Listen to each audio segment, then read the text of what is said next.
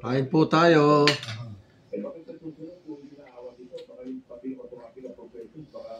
Mainit, nagluto ako. Mainit yan eh. No? Wheat bread and fried egg with sausage. Gusto mo ketchup? Oo, ketchup. Nung nakaraan, nakausap namin si Senator Wing Gatchag yan, tinatanong namin, pwede ba i-identify na kasulat na malinaw at nakalagdang malinaw ang pangalan ng Senate proponent? Gusto ko sa distrito ko, ganitong project eh. Gusto ng isang senador, wala naman kayong congressional district na nagsasakutan. Gusto ko lagyan niya ng magagandang proyekto ang isang provinsyang ito. Pwede ba malinaw na gano'n na nakasulat ang pangalan? Sabi ko hindi ko masagot sa amin ni Senator Wing Gatchag ang nakaraan yan. Namugal niya kung indirect ka, hindi pwede.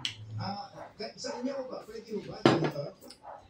Hindi rin masagot sa akin yung pagkalit ako. Sabi daw, ina-adapt namin yung concurrent resolution number 4. Bawal mayonnaise sa akin.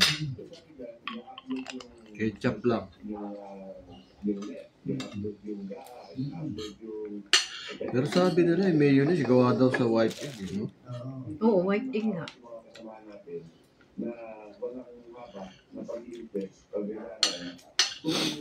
Pato may mantika.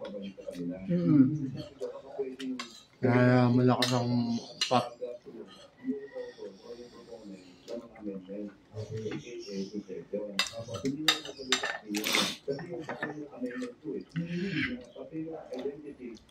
Yung mga proponent, sabi na sa interpreted dito, sa rest na record dito sa amin sa Pinayo.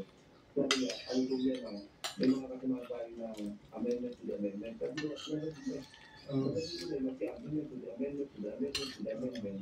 At dito tayong napapakarap natin, sinusinin na amen. Kaya pag pumapak yung proyekto, yung pagpupunto, yung proyekto, para na hindi mo yung nagpupong.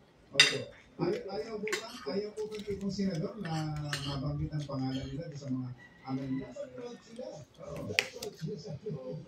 Walang politiko no. Nagkaroon kami ng sarili pang tutulong kasi sabi niya pag-usapan naman namin. Hindi ko rin ang record. Doon din ang duba. Kaya kumain ko. Sabi ko, hindi ko rin ang amendments ko. Tugod dyan. Sabi niya, all record naman na pag-usapan natin. Na pag may nakita ako, makikilong sila doon, may nakita ko doon. Mix niyo yung egg sa sausage. Iwain niyo maliliit, tsaka niyo iprito. Sarap.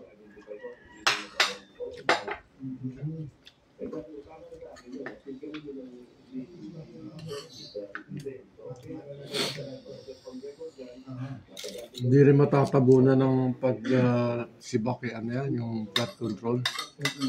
Hindi binibitawan nila action. Alam nila matatabunan niya. Thank you for watching.